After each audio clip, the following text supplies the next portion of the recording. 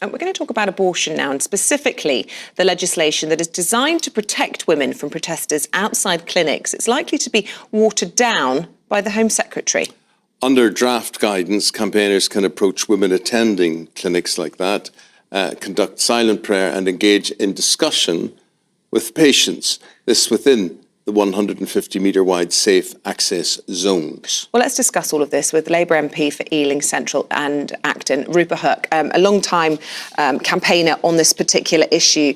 Just explain where we are with the law, because there have been big changes to the right to protest in this country under the Conservatives, and that has had implications, hasn't it, on these abortion clinics. And you want to make sure that these sort of safe access zones are protected, and there's been a public consultation into that, and that closed on Monday night. What do you want to see as a result of that? Well, basically, this has been a long-running issue in my area in Ealing. We've got an abortion clinic there, and women were not able to get in the front door because there were people outside. They claim that they're praying or informing. They've got these leaflets, so they wouldn't call it protest. Anyway, in Ealing, we had a local order that moved them away 150 metres away from the clinic gates, and then fast forward so that was 2018, I think, but it's only a temporary order that has to be renewed every 3 years.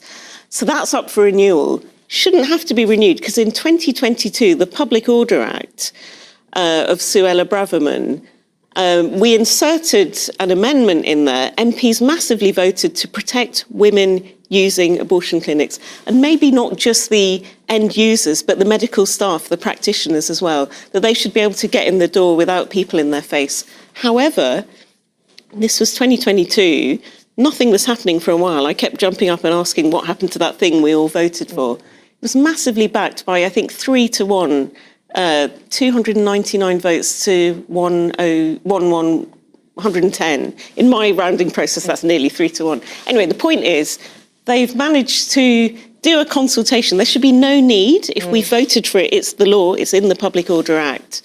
And it pretty much reverses everything MPs voted for. And that consultation closed at midnight on Monday. I don't personally blame James Cleverly. I think he was dealt a bad hand by his predecessor.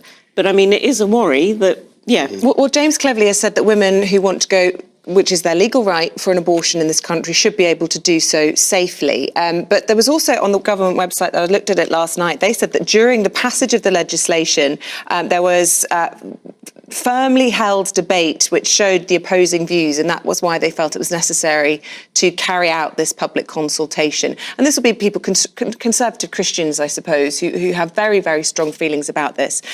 What would their arguments be? I did a documentary in my past about abortion, and I went to an abortion clinic in the East End of London, and there were nuns there regularly who would be praying, and the staff also had objected to this, as well as a number of the users of the clinic. Well, they objected to the nuns. They objected to the nuns. So a lot of people say harmless nuns. They believe that, life is precious. This is such a controversial topic. Surely that's okay. You would disagree? The pressure, whether it's spoken or unspoken around just the physical presence of being there. Eamon put it very well. I mean, again, if you imagine that the reason for the woman wanting this procedure, which has been legal since 2017, might be rape, incest, fatal fetal abnormality, which means that the baby's going to kill the mother and the baby will die too. So there may be any number of reasons. Which you don't want to sit and discuss or stand and discuss on the pavement. Yeah, exactly. Any other medical procedure you'd have in complete anonymity. You wouldn't be shamed on your way in to have it. So why have the Conservatives given in to this? I mean, to be honest, MPs voted for it by 3-1. We shouldn't be having this argument at all. Why is the government trying to undermine the will of Parliament? I mean, who knows what happened? Maybe some of those, and they're often funded by America. We've seen what's going on over the Atlantic. They're very well endowed, these anti-choice people. Maybe those people have got to them. I don't know. Well, tell me about that, because we're talking a lot this morning about Trump. He got the nomination in New Hampshire last night. He looks set to get the Republican nomination. I mean, the Republicans want to ban abortion nationwide in the States. Does that have an impact on the way we view things over here in the UK? I mean, maybe it shows us that those hard-fought freedoms are never completely secure. We should always be on our guard that these things can be watered down. But I mean, you said, what would the arguments of the other side be? No one's arguing against their right to freedom of thought, expression, belief, religion, whatever. Just why does it have to be at that point on the pavement outside the clinic gates? Can't they have their protest there? Yeah.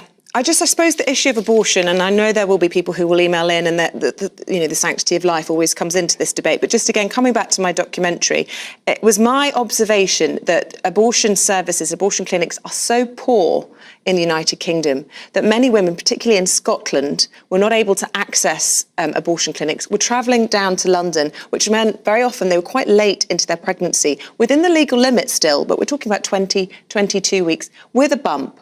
And I can see where, for those people with religious beliefs about the sanctity of life, there becomes a blurring of the lines. And I do think the issue of abortion does always need to be treated very, very carefully, and therefore this public consultation is worthwhile in that sense. Look, no, it's a very sensitive moment for a woman. She won't be doing this lightly. And then to compound that with these people in their face, they might not see themselves as obstructing, but do you know what I mean? The fact of them being there, as you said, Eamon, it's a bit creepy. Isabel, you know this as a woman. Sometimes you'll shudder and cross the pavement because someone's, off-putting and creepy. So just their very presence at that moment, they can have their protests, but just move them on. Presence does. Yeah, I think. But is there a what point happens then? next?